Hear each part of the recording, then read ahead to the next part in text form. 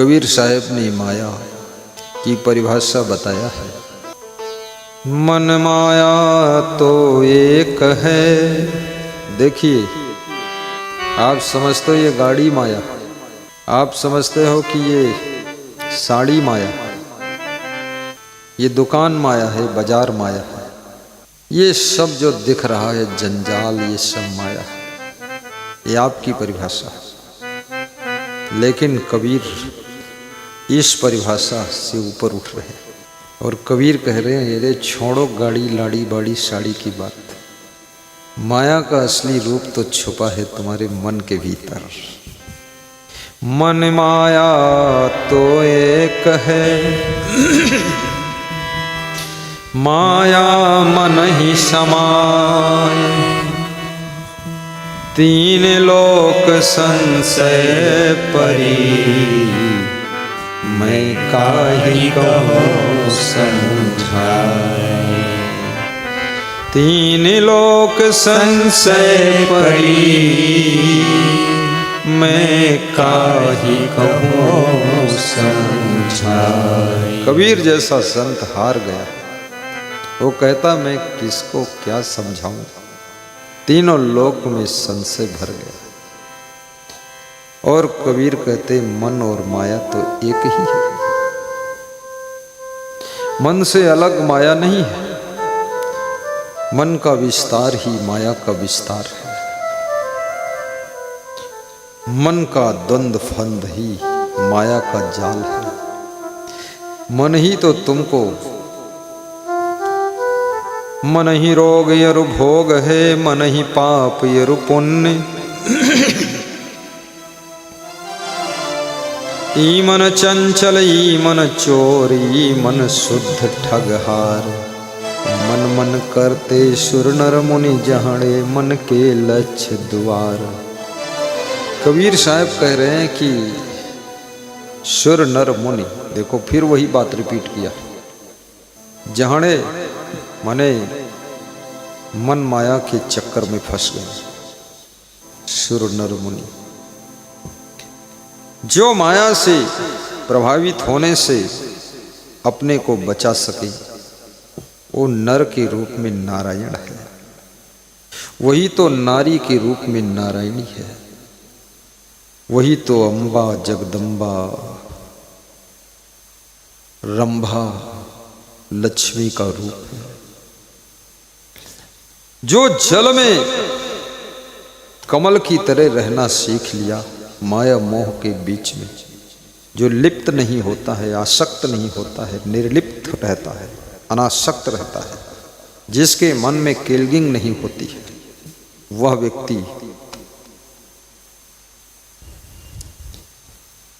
कबीर कहते हैं पुरुषों में पुरुषोत्तम है, नरों में नरोत्तम है, सबके बीच में सर्वोत्तम है। जो संसार के प्राणी पदार्थों के मोह में लोभ में चिपकता नहीं। यहां बड़ी चिपकाहट है, गोंद जैसी चिपकाहट है। लाश ही बाहर निकलेगी, जिंदा में निकल ही नहीं सकते हो, ऐसा गोंद में चिपक गए लोग। जो लोग कहते थे कि मुझको टाइम ही नहीं है, जिस दिन मृत्यु हो गई संसार छोड़कर चले गए। माता पिता रो रहे हैं, रिश्तेदार रो रहे हैं, पत्नी बच्चे पति सब रो रहे हैं। लाश को धक्का भी मार रहे हैं, कहीं अटकी वटकी जान हो तो उठ के बैठ जाइए। दो मुक्का अपने सीने में मारती हैं महिलाएं, और एक मुक्का मरे हुए पति के सीने मारती हैं कि बेवकूफ जल्दी मर गया, उठ। अब ये सब क्या हो गया, लेकिन फिर भी वो उठता नहीं। कबीर साहब ने बड़ी मजाक किया है। कबीर मनोरंजक साधु है। कबीर कहते हैं, कबीर के पड़ोस में एक सेठ रहता था। सेठ रोज मिलता था। पड़ोसी व्यक्ति से तुम मिलना न चाहो तो भी मिलन हो ही जाता है, इसलिए पड़ोसियों से प्रेम बना कर रहो। अगर पड़ोसी से तालमेल बिगड़ गया तो जब मिलोगे तभी मन में जलन बढ़ जाएगी, गुस्सा हो जाएगी, देखते ही मन में क्रोध बढ़ेगा। अगर तालमेल बना लिया, प्रेम बना लिया तो देखते ही थोड़ी प्रसन्नता आ जाएगी। जलन से जीवन जीते हैं जो लोग, जीते जी उनका सुख सब जलकर राख हो जाता है। और जलन बड़ा विचित्र शब्द है। जलन उन्हीं से होती है जिनसे तुम्हारी पहचान होती है। जिनसे पहचान नहीं है, परिचय नहीं है, वे कितनी ही उन्नति कर लें, तुम्हें न जलन है न खलन है। लेकिन पहचान हो गई तो जलन खलन सब शुरू हो गई। अमेरिका में कौन कितनी उन्नति कर रहा, तुमको कोई जलन खलन कुछ नहीं। लेकिन तुम्हारे गांव में कोई उन्नति करे तो तुम्हारी नींद उड़ जाती है।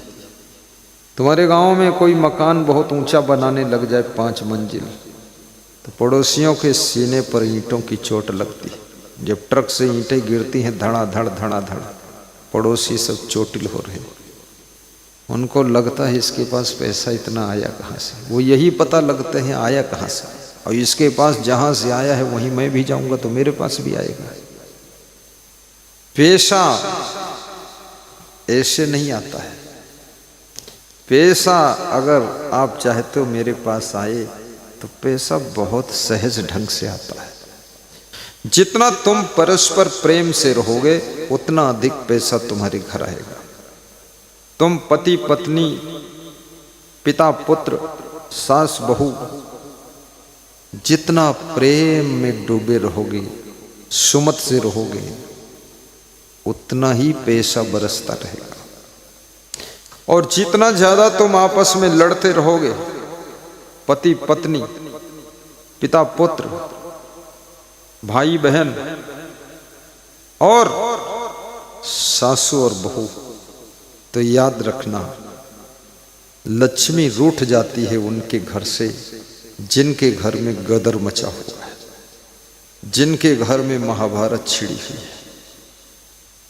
हमारे तिलक सेवा वाले संत आरती उतार रहे हैं गुरु की, बहुत महान है ये पोस्ट ग्रेजुएट हैं, एमए है, इलेक्ट्रीशियन इंजीनियर भी है, इलेक्ट्रिक इंजीनियर, लेकिन लगन लग गई गुरु के साथ। सबको तिलक लगाते हैं और रोज हाई स्पीड में दौड़ते भी हैं, कम से कम 3-4 किलोमीटर इतने जोर से दौड़ते हैं। मैं सोचता कहीं इनका हार्ट अटैक न हो जाए। मैंने कई बार कहा गियर बदल लो, टॉप गियर में मत दौड़ो, दूसरा गियर डाल लो। बोले एक ही गियर है हमारे बहुत मेहनती है, एमए है, इलेक्ट्रिक इंजीनियर भी है और बहुत सीधा सरल है। गुरु आज्ञा देंगे तभी जलपान करेंगे, आज्ञा देंगे तो बैठ जाएंगे, खड़े रहेंगे।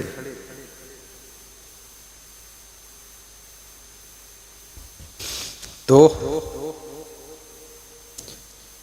जहाँ सुमति तहाँ संपत्ति नाना, जहाँ कुमति तहाँ विपत्ति निधाना। ये चौपाई गाना आसान, लिखना आसान, बोलना आसान, पढ़ना आसान, सुनना आसान, लेकिन इसको अमल करना बहुत कठिन है। जहाँ सुमति, और सुमति का शत्रु है क्रोध और अहंकार। यदि अहंकार आपके भीतर जीवित है तो उसका छोटा भाई क्रोध भी उसका साथ देने के लिए अंदर तैयार रहता है। अहंकार को जरा सी चोट लगती है, तुरंत छोटा भाई क्रोध फुफकार कर खड़ा हो जाता है। और याद रखना, जहां अहंकार है, जहां क्रोध है, वहां से लक्ष्मी धीरे धीरे रूठ जाती है। इसलिए विदुर जी की नीति में लिखा है, प्रेम से तिलक लगवाना और तिलक की थाल में अपने श्रद्धा सुमन भी अर्पित करते जाना। विदुर से धृतराष्ट्र ने पूछा है कि हे राजन, कुछ पूछना चाहते हो क्या, क्यों बुलाया है? विदुर, तुम मेरे पास खड़े होते हो तो भी मेरे मन को शांति मिलती है। तुम कुछ बोलते हो तो मेरे मन को बड़ी परम शांति मिल जाती है। दुनिया में कुछ ऐसे लोग हैं जिनके पास में केवल और केवल बैठने से भी शांति मिलती है। कुछ ऐसे लोग होते हैं जिनके शब्दों से शांति का झरना झरता है। कुछ ऐसे लोग हैं जिनको देखने से ही शांति मिल जाती है। ये बहुत बड़ी बात है। और जिनको देखने से शांति मिले और जिनके शब्दों से शांति मिले और जिनके सानिध्य में बैठने से भी शांति मिले, तो समझ लेना वो कोई साधारण व्यक्ति नहीं है। उसने धरती पर सबको शांति देने के लिए ही अवतार लिया है, सबको तारने के लिए।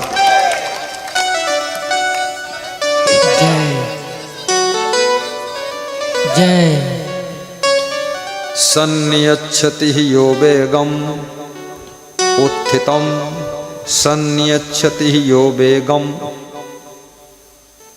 उत्थितम क्रोधो हर्षयो, साश्रियो भाजनम राजन यश्च आपत्सु नाम मोहयति। ये विदुर नीति का श्लोक है। इसमें राजनेताओं के लिए भी संदेश है, सबके लिए उपदेश है।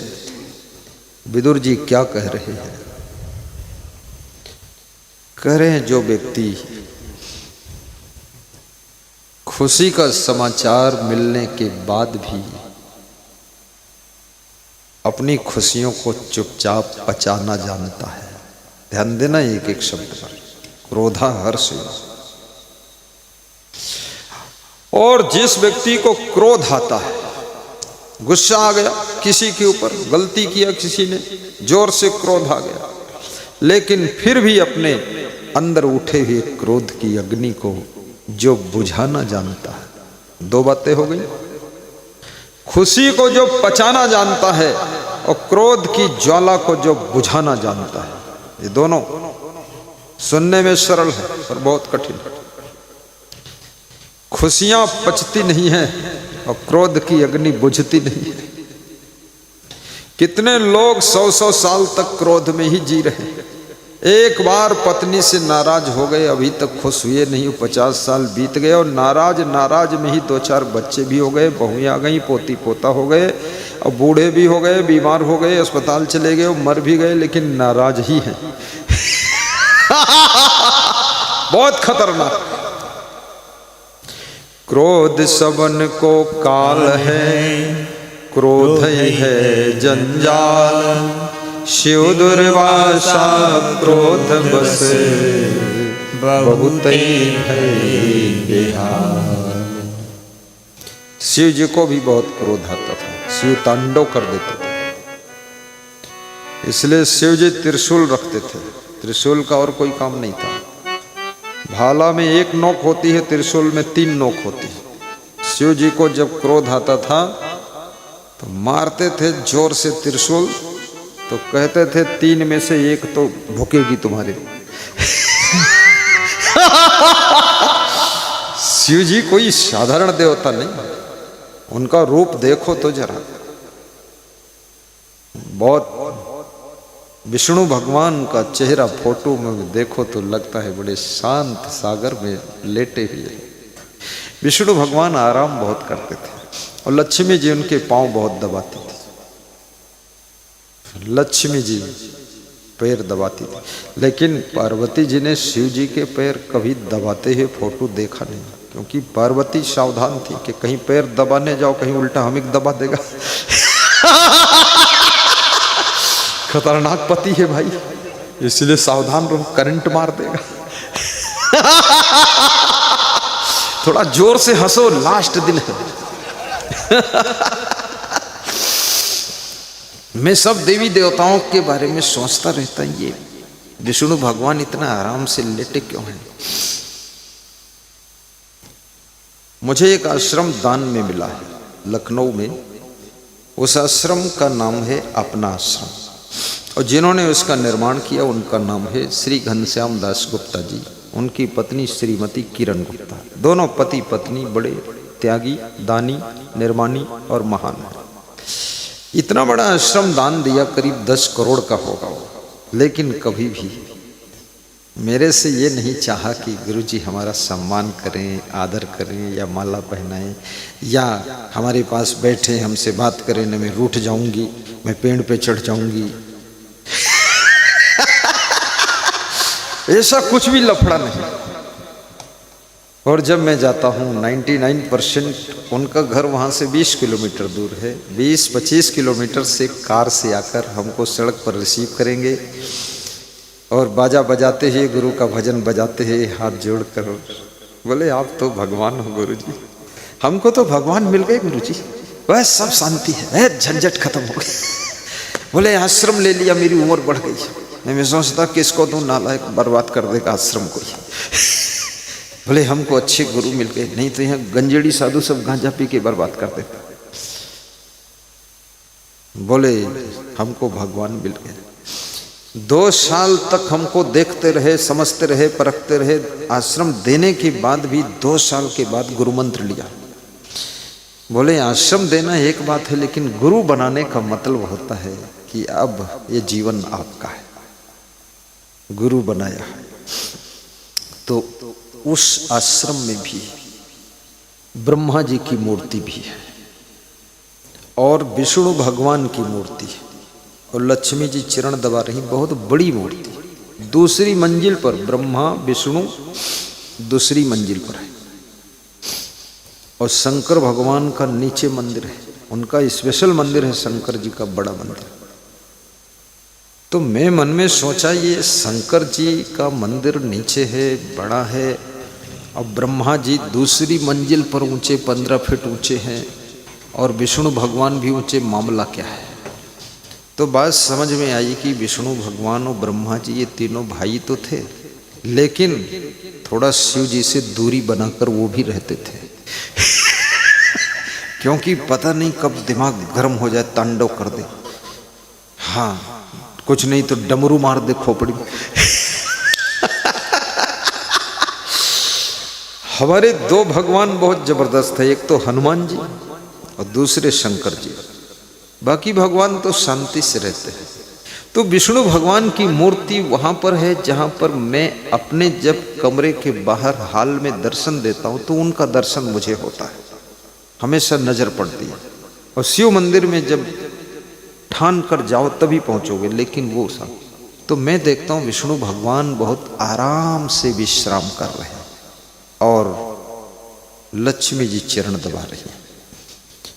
तो मैंने सोचा जिसको विष्णु भगवान जैसी भार्या मिल गई, लक्ष्मी का रूप, और जिस नारी को विष्णु भगवान जैसे पति मिल गए, तो दोनों जिंदगी भर आराम से रहते हैं। कोई हलचल नहीं, कोई चंचल नहीं, कोई दुख नहीं।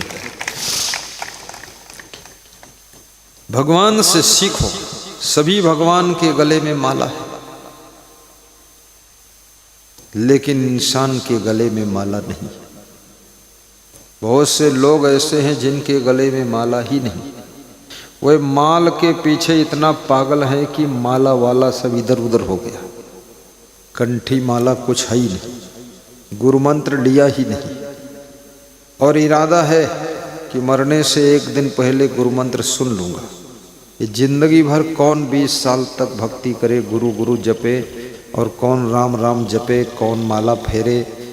जब मरना होगा 1 दिन पहले गुरु बना लूँगा और रात भर में फटाफट मर जाऊँगा, पार हो जाऊँगा। इतना गुरु को 10 साल तक कौन ढोएगा। अपन तो फट से काम करेंगे, निकल जाएंगे। लेकिन नहीं, अंत राम मुख आवत नहीं। जिंदगी अभ्यास से प्रभावित होती है। जीवन भर अगर भक्ति का अभ्यास नहीं किया है तो अंत में भक्ति का स्मरण ही नहीं होगा, कुछ और ही याद आएगा।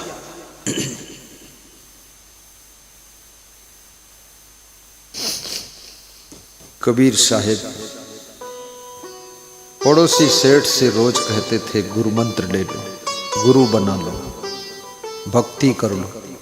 तो सेठ कहता था मेरे को टाइम नहीं, समय नहीं, मैं बहुत बिजी हूँ, मेरा इतना बड़ा धंधा है, ये गुरु उरु और भक्ति वक्ति मेरे बस की बात नहीं है।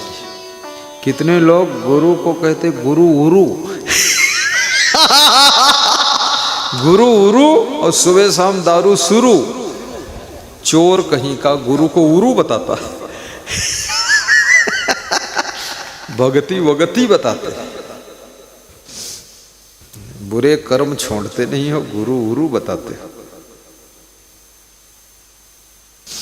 जितना ज्यादा तुम्हारा मन चंचल होकर बुराइयों में फंसा होगा, उतना ज्यादा तुम भक्ति से दूर रहोगे।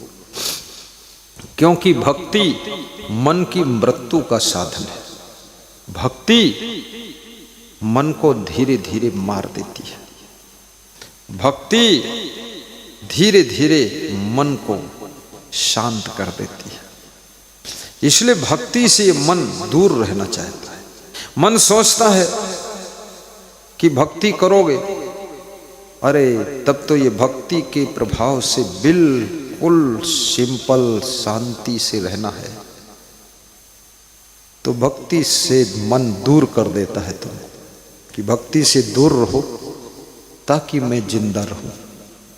ये चंचल मन जीवित रहने के लिए भक्ति से दूर रहना चाहता है, लेकिन समझदार आत्मा इस मन को जबरदस्ती भक्ति की गंगा में स्नान कराता है और फिर मन जब निर्मल हो जाता है तो मन ही में गंगा, मन ही में जमुना, मन ही में गंगा। गाइए बहादुर सिंह, खड़े हो जाए करो बहादुर सिंह। ये भी बहुत विचित्र भक्त मेरा है। इसने एक बार मौन साध लिया, बोला जब तक गुरु आएगा नहीं बोलूंगा ही। 6 महीने हो गए, साल भर हो गए, मेरे को तो पता ही नहीं था वो मौन साधे बैठा। तो अपनी पत्नी के साथ आए, बताया लोगों ने मौन है, जब तक तुम चलोगे नहीं तब तक ये बोलेगा नहीं। तो मैंने कहा कितनी दूर है? तो लोगों ने बताया पास में ही है, बगल में ही है। तो मैं कहा चलो भाई, कम से कम इसका मौन टूटे। मैं गया तो उसकी बगल भी 40 किलोमीटर दूर थी। उसकी बगल में पहुंचते पहुंचते मेरी बगल ठिकाने आ गई। तो हमने कहा अरे भाई ये तो इसका तो मौन तोड़ा। 2, 4, 5 साल चलता रहा ठीक ठाक, फिर मौन साध लिया, फिर बोलना बंद। तो कुंभ मेला प्रयाग पहुंचे, बोले बोलूंगा नहीं, बस ऐसे करता था। तो मैंने कहा क्या मुंह फैलाते? तो उसकी पत्नी ने कहा इनका संकल्प है जब तक तुम प्रोग्राम नहीं करोगे इनके गांव में तब तक ये नहीं बोलेंगे। तो हमने कहा ये आदमी थोड़ा ऊट पटांग दिखता है, प्रोग्राम करने जाऊं ये कहीं भाग गया तो मैं क्या करूंगा?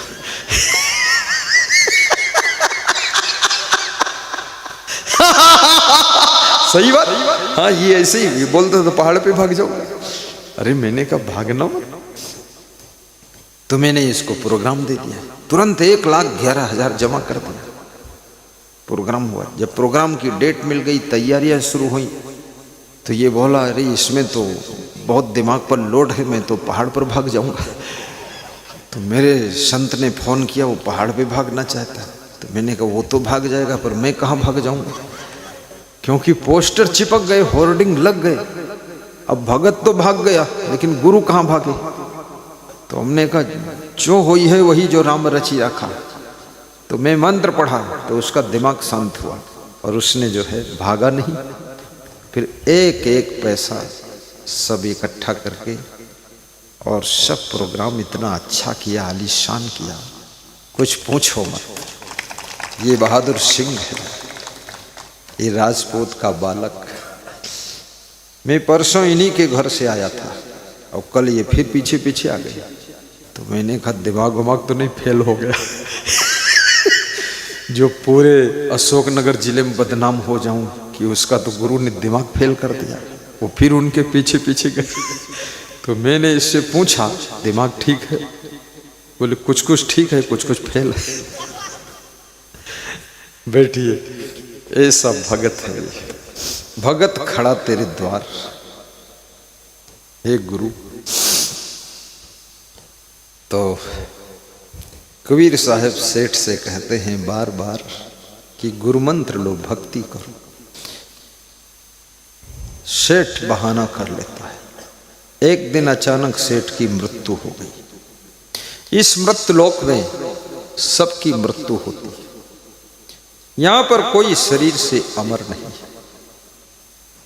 और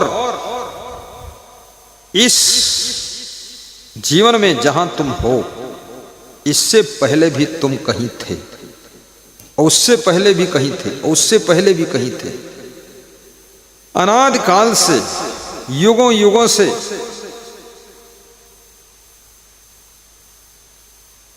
तुम्हारा जन्म मरण होता चला आ रहा है।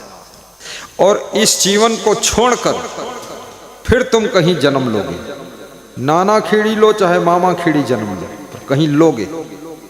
अब की नाना खेड़ी हो, अगली बार जीजा खेड़ी में भेजूंगा। अब की मंडी द्वीप में हो, अगली बार घमंडी द्वीप में जाओगे। इस शरीर को, इस परिवार को, इस समाज को, इस घर को, ये सब व्यवस्था को छोड़कर, शरीर को छोड़कर तुम्हारी आत्मा फिर कहीं जन्म लेगी।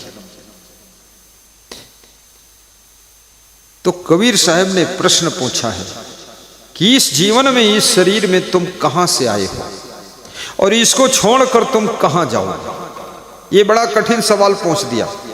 ऐसा सवाल तो उपनिषद में, वेदों में भी ऋषि मुनियों ने कोई ने नहीं पूछा। कबीर एक ऐसी कठिन चीज पैदा कर देते हैं।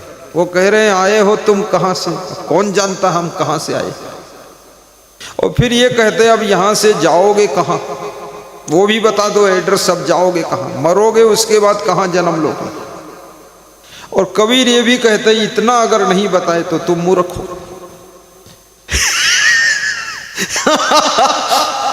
इतना तो दिल विचार लो। हाँ बोलो, जय बोलो, हाँ बोलो। वो मेरा भक्त है, नित्यदानी भक्त है, नित्यदानी। जय जय जय जय। भगवान की कृपा सबके ऊपर हो।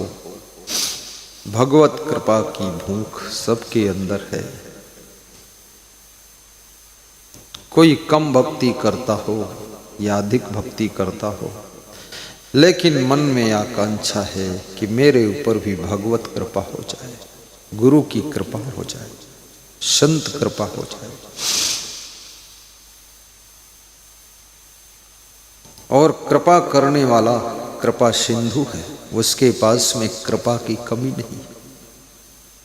जैसे समुद्र में जल की कमी नहीं, ऐसे कृपा सिंधु, कृपा के सागर हैं, उनके पास में कृपा की कमी नहीं। भक्त कहता है कृपा सिंधु मुझे अपना बना लोगे तो क्या होगा। कृपा सिंधु मुझे अपना बना लोगे तो क्या होगा। सब गाइए, धूम से गाइए, ताली बजा कर गाइए, मुस्कुरा कर गाइए, थोड़ा आवाज से गाइए, मधुर मधुर गाइए। सुना दोगे तो क्या होगा। कृपा सिंधु मुझे अपना बना लोगे तो क्या होगा। बना लोगे गाओ गाओ, तो क्या, संत लोग आगे बढ़ाओ, गाओ। बना लोगे तो क्या होगा। बना लोगे तो क्या होगा। जरा सत नाम कानों में सुना दोगे तो क्या होगा। दया करने को जीवों पर जो इस दुनिया में आए हो। दया करने के लिए आए को जीवों पर जो इस दुनिया में आए हो। मेरी भी तरफ एक दृष्टि घुमा दोगे तो क्या हो। वाह वाह वाह वाह। मेरी भी तरफ एक दृष्टि घुमा दोगे तो क्या होगा। कृपा सिंधु मुझे अपना बना लोगे तो क्या होगा। सकल जग में पतित पावन तुम्हारा नाम जाहिर है। सकल जग में पतित पावन तुम्हारा नाम जाहिर है। अगर मुझे एक पापी को भी तारोगे तो क्या होगा। अगर मुझे एक पापी को भी तारोगे तो क्या होगा। कृपा सिंधु मुझे अपना बना लोगे तो क्या होगा। अखंडित ज्ञान की धारा बरस ये है रही पावन। अखंडित ज्ञान की धारा बरस ये रही पावन। प्रबल त्रेताप की अग्नि बुझा दोगे तो क्या होगा। प्रबल त्रेताप की अग्नि बुझा दोगे तो क्या होगा। कृपा सिंधु मुझे अपना बना लोगे तो क्या होगा। पड़ी है आए अब मेरी प्रभु भव धार में नैया। पड़ी है आए अब मेरी प्रभु भव धार में नैया। खिवैया बन किनारे पर लगा दोगे तो क्या होगा। खिवैया बन किनारे पर लगा दोगे तो क्या होगा। कृपा सिंधु मुझे अपना बना लोगे तो क्या होगा।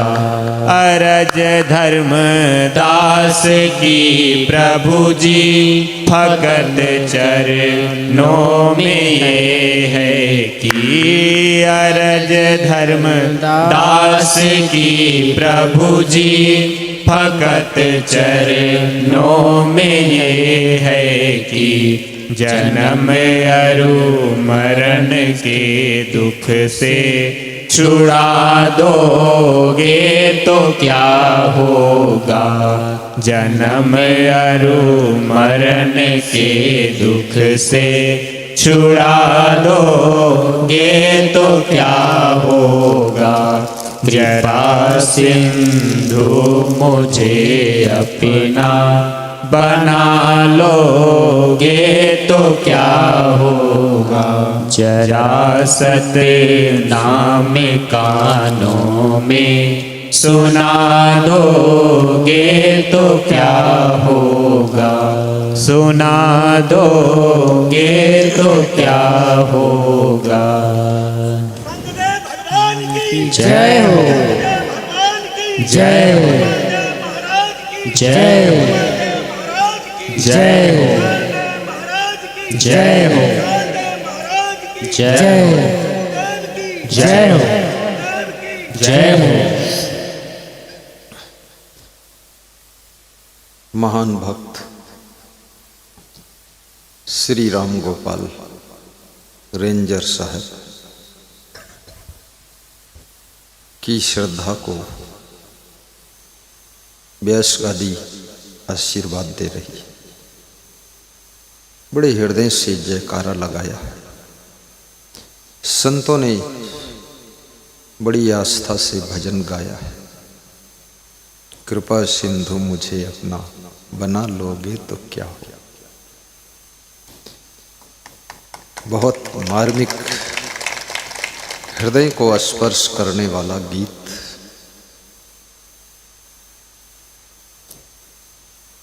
वास्तव में इस संसार में हर व्यक्ति को किसी न किसी को अपना बनाना पड़ता है, किसी न किसी को अपनाना पड़ता है, किसी न किसी के होके जीना पड़ता है।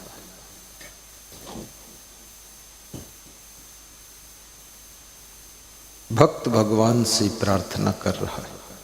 गुरु शिष्य के बीच में प्रार्थना प्रवाहित हो रही है।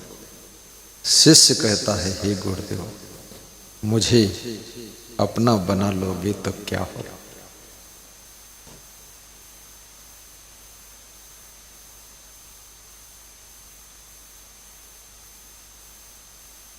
भक्ति का बड़ा ऊंचा स्थान है। भक्ति आपको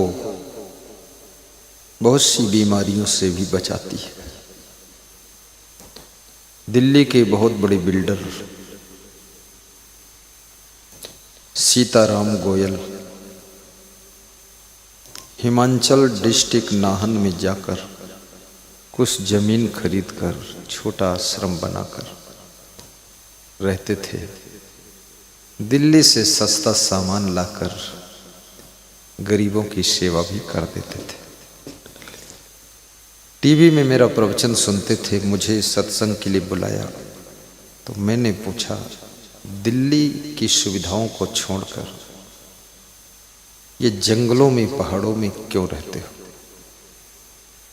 तो उन्होंने कहा, sugar, BP, heart attack, kidney damage सब रोग हमारे थे।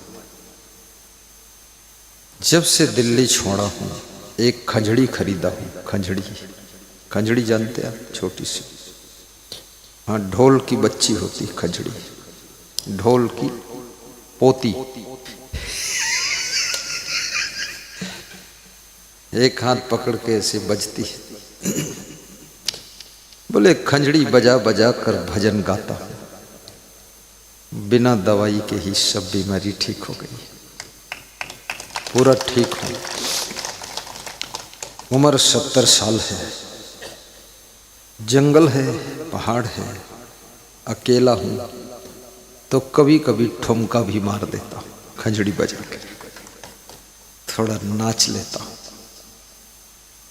तो हमने कहा, अकेले रहते हैं। बोले, कभी कभी धर्मपत्नी को बुलाता हूँ। तो हमने कहा, वो भी खंजड़ी बजाती है। तो उन्होंने कहा, खंजड़ी तो नहीं बजाती लेकिन हमारी खोपड़ी बजाती है।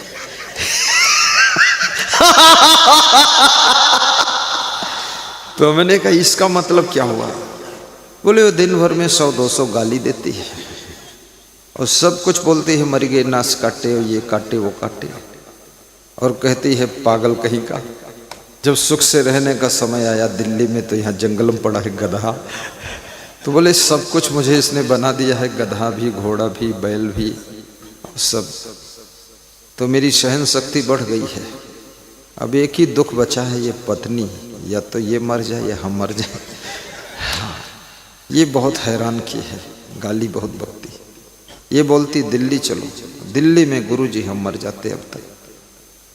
क्योंकि मैं बहुत बड़ा बिल्डर था, मैंने बहुत धन कमाया, अरबों खरबों, लेकिन मेरा स्वास्थ्य खो गया, शांति खो गई। तो मैं लड़कों को सब सौंप कर इधर आ गया। एक सुनिश्चित टाइम पर तुम्हारी हमारी सभी की मृत्यु होगी। उस मृत्यु से कुछ वर्ष पूर्व, 10 वर्ष पूर्व, 5 वर्ष पूर्व, 20 वर्ष पूर्व, मृत्यु के बाद सब कुछ छोड़कर जाओगे। तो मृत्यु के 10 वर्ष पहले सब कुछ छोड़कर जी कर देखो क्या आनंद आता है। मरने से पहले थोड़ा मर कर देखो। जय जय हो, जय। दिन भर में 1 घंटे तुम बिल्कुल ऐसे जियो जैसे मर चुके हो। 1 घंटा मरने जैसा जियो कि अब हम मर गए 1 घंटा के लिए। उस 1 घंटे में जो रस, जो आनंद, जो सुख टपकेगा, तुम्हारी लार टपक जाएगी कि अरे इतना आनंद आ गया है। संसार छोड़ना तो है ही, स्त्रियों के लिए भी, पुरुषों के लिए, सबके लिए बात है। हमारे गुरु जी के एक गुरु भाई संत थे, उसने कविता लिखा है कि मरने से पहले मर लिया, प्रकाश मरना फिर कहा। उन्होंने कहा है मेरा नाम प्रकाश है, अब इसको मरना नहीं है, क्योंकि मरने से पहले मर लिया हूं, अब मरने की जरूरत नहीं।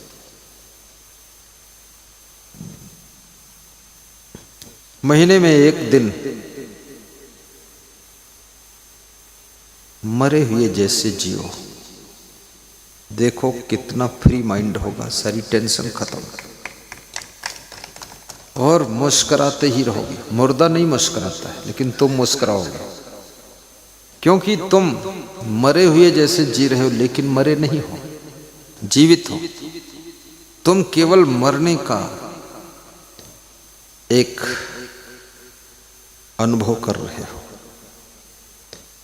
न मरे हो न मरोगे भी, और मरने दूंगा भी नहीं। अभी काम भी है तुम्हारे पास, थोड़ा परिवार की जिम्मेदारियां हैं, बेटी का विवाह है, थोड़ा बच्चों को स्टैंड करना है, थोड़ा तुमको पत्नी को सहारा भी देना है, थोड़ा सा कार्य बाकी है। इसलिए अभी मरना भी नहीं और भागना भी नहीं, लेकिन महीने में 1 दिन मरे हुए जैसे जीना है। बस 1 दिन का अनुभव करिए, फिर देखिए। लेकिन वो दिन, जिस दिन तुम ये अनुभव करो, मृत्यु का अनुभव, उस दिन पत्नी न करे, उस दिन वो जीवित जैसे रहे, क्योंकि किसी को तो तिकड़म संभालना पड़ेगा। दोनों मरे हुए जैसे हो जाओगे तो और चौपट हो जाएगी। तो आपस में सलाह कर लो, टाइमिंग सेट कर लो, तू किस दिन मरेगी, मैं किस दिन मरने का अनुभव करूंगा। शांत रहो, खुश रहो, सिर्फ 1 दिन आनंद लीजिए आप। सोने से पहले जिनको नींद नहीं आती, उनकी सबसे बड़ी मेडिसिन है, सोने से पहले ये सोच लो कि यदि मैं आज मर जाता तो क्या होता, यदि मैं सुबह मर गया होता तो क्या होता, यदि मेरी लाश मरी पड़ी होती तो क्या होता।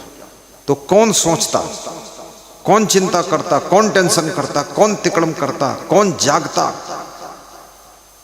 इसलिए मैं 8 घंटे के लिए मरने जा रहा हूं, सोने जा रहा हूं, 8 घंटे दुनिया से बाहर निकलने जा रहा हूं, 8 घंटे के लिए म्यान से तलवार बाहर खींचने जा रहा हूं। और सो जाइए। इस सभा के अंदर भी बहुत से लोग बैठे हैं जिनको नींद ही नहीं आती है। बहुत सी महिलाएं हैं, उनके चेहरे से मैं समझ गया इनको ठीक से नींद नहीं आती है। बड़े दुख की बात है। बिस्तर इकट्ठा करने के चक्कर में नींद गायब हो गई। भोजन इकट्ठा करने के चक्कर में भूख गायब हो गई, सुविधा के सामान इकट्ठा करने के चक्कर में सुख शांति गायब हो गई। डबल बेड तो आ गया पर नींद सिंगल नहीं रह गई, अब नींद आती नहीं। डबल बेड बहुत अच्छा है क्योंकि इधर उधर लुढ़कते रहो, गिरोगे तो नहीं। सिंगल बेड में गिर जाओगे 3 फीट में। डबल बेड इसीलिए लोगों ने बनाया है कि नींद तो आती नहीं है तो करवट बदलते रहो बस। श्री राम, दाहिने जब करवट लो कहो श्री राम, और बाएं करवट लो तो कहो श्री घनश्याम, और बीच में लेटो मुंह ऊपर करके तो कह दो राधे श्याम।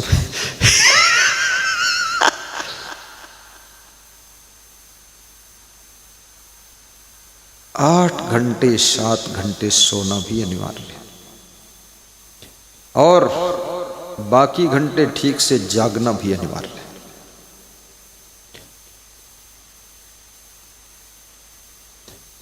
कर्म करने के लिए कृष्ण कहते हैं कि जो कर्म नहीं करता है उस भक्त को मैं पसंद नहीं करता। श्री कृष्ण का वचन है कि अर्जुन अनाश्रिता कर्म फलम कर्म कार्यम करोति यह सह सन्यासी च योगी न च निर्गुणी न च अक्रिया। भगवान कहते हैं युक्त चेष्टस्य कर्मसु, कर्म के बिना तुम्हारा जीवन, सांस तो चल रही लेकिन आस मर चुकी है। इसलिए सत्कर्म करो, दुष्कर्म नहीं सत्कर्म। मैथिली शरण गुप्त राष्ट्र कवि हुए हैं, उन्होंने लिखा है नर हो न निराश करो मन को, कुछ काम करो कुछ काम करो। जग में रहकर कुछ नाम करो और थक जाओ तो आराम करो, और सुबह शाम भगवान का नाम करो थोड़ा। कितने लोगों को तो गुरु की भी याद भूल जाती है, भगवान भी भूल जाते हैं। इतना माया मोह जकड़ लिया है, राम तेरी माया द्वंद मचा रही है। कबीर जैसे संत को ये गाना पड़ा कि राम तेरी माया द्वंद मचावे, और इस द्वंद में सभी लोग फंस गए। यदि तुम बीड़ी पीते हो तो समझ लो ये माया का ही द्वंद है, सिगरेट पीते हो गाली बकते हो ये माया का द्वंद है। यदि तुम बहुत क्रोध करते हो, अभिमान करते हो, बहुत लालच अंदर भरा हुआ है, ये माया का ही द्वंद है। लालच भी छोड़ो, किसके लिए लालच करोगे? लालच करोगे तो भी उतना ही मिलेगा जितना तुम्हारे कर्म और किस्मत में है, और लालच नहीं करोगे तो भी उतना ही मिलेगा जितना कर्म किस्मत में है। इसलिए लालच करके मन को पापी क्यों बनाते हो? लोभ मुक्त हो करके जगत में निष्काम कर्म करते हुए फल को प्राप्त कीजिए और मुस्कुराकर जिंदगी जी लीजिए।